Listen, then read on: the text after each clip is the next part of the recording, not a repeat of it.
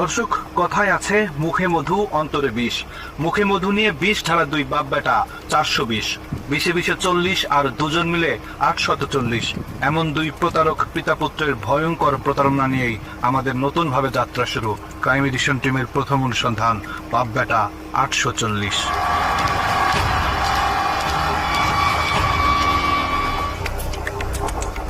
বাপ নাকি বেটা, কাকে দিয়ে করব শুরু, পরে বলবো কারটা। এমন সিদ্ধান্ত নিতেই আমাদেরকে সিদ্ধান্তহীনতায় থাকতে হয়েছে কিছুটা সময়। তারপরেও শুরু তো করতেই হবে।